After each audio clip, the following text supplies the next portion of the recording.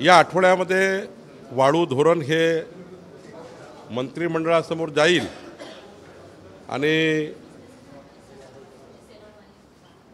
ज्या ठिकाणी लिलाव झाले नाही आणि ज्या ठिकाणी आम्हाला ECची परवानगी मिळाली आहे, एन्व्हायरमेंट क्लिअरन्स मिळाला आहे, त्या ठिकाणी वाळूघाट लिलाव होतील। घरकुलांना 5 ब्रास रेती देण्याचाही मोफत रेती देण्याचा निर्णय महाराष्ट्र सरकारने घेतलेला आहे, माननीय मुख्यमंत्री देवेंद्र फडणवीसजी यांनी घेतलेला आहे। तर त्याच्याही तरतूद आम्ही करणार आहोत। एकंदरीत जेवढी मागणी आहे तेवढी पुरवठा होईल असं वाळू धोरण आपण तयार करतो आहे। सोबतच एम-सॅन्ड धोरण येत आहे, जे क्रश जे दगड खाणीवरनं तयार केलेली वाळू, जी वाळूचे क्रेशर्स मोठ्या प्रमाणावर या महाराष्ट्रामध्ये प्रत्येक जिल्ह्यामध्ये आम्ही यांना प्रमोट करतो आहे।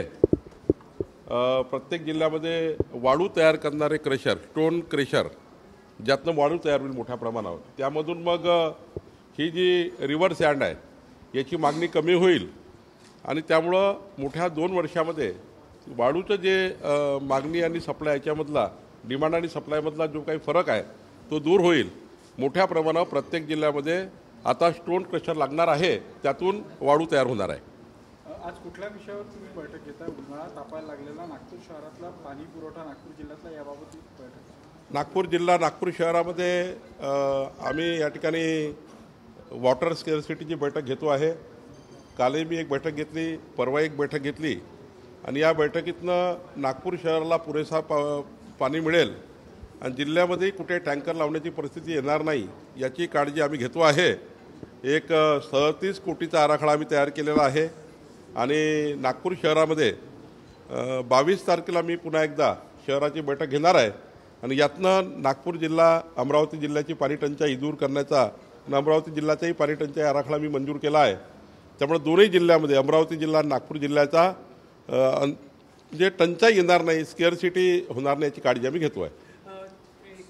संजय राऊत म्हणाले की एकनाथ शिंदे काँग्रेसच्या वाटेवर होते, अहमद पटेल यांच्याशी त्यांची दिल्लीत भेटही झाली होती। अहमद पटेल आज ते सांगायला नाही, पण त्यांचं असं म्हणणं आहे की भेट सुद्धा झाली होती पहाटेच्या वेळेला दिल्लीत। या राज्यामध्ये विकासाचे खूप प्रश्न शिल्लक आहेत।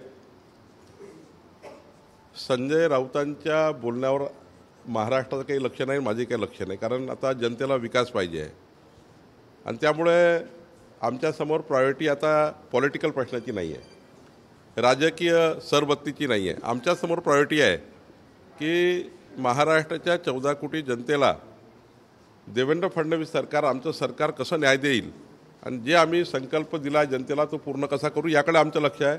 संजय राऊताकडे वगैरे आमचं लक्ष नाही आहे। माणिकराव कोकाटे यांच्याबद्दल जे कोर्टाने निरीक्षण नोंदवले, खूप टीका होत आहे।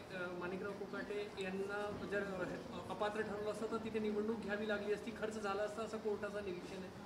लोक टीका होत आहे या गोष्टी। नाही, आता कोर्टाने काय त्या ठिकाणी जे काही टिप्पणी केली असेल त्यावरती मला सविस्तर वाचूनच बोलावं लागेल।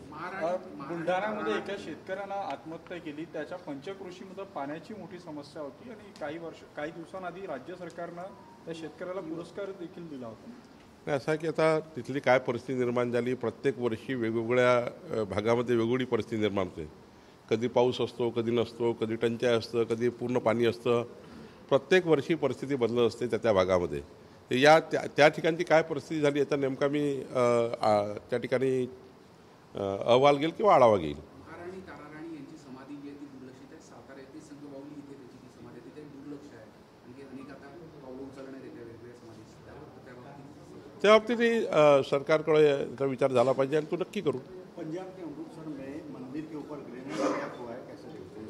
नहीं, ऐसी जो एक्टिविटी हुई है तो उसके लिए गंभीर स्वरूप से हमारी केंद्र सरकार, वहाँ की राज्य सरकार भी कड़े कदम उठाएगी और ऐसी ग्रेनेड से जो बॉम्ब हमला होता है या ग्रेनेड हमला होता है, इसके लिए पूरे देश में एक चिंता का वातावरण बनता है। तो मुझे लगता है सरकार पूरी तरह से जिन्होंने किया उनको ढूंढेगी और कार्रवाई करेगी। शरद पवारांनी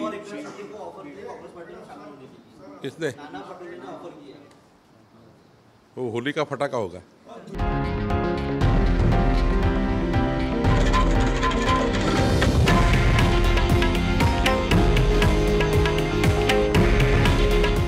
हे आहे देशातील नंबर 1 न्यूज नेटवर्क आणि आपण पाहत आहात TV9 मराठी.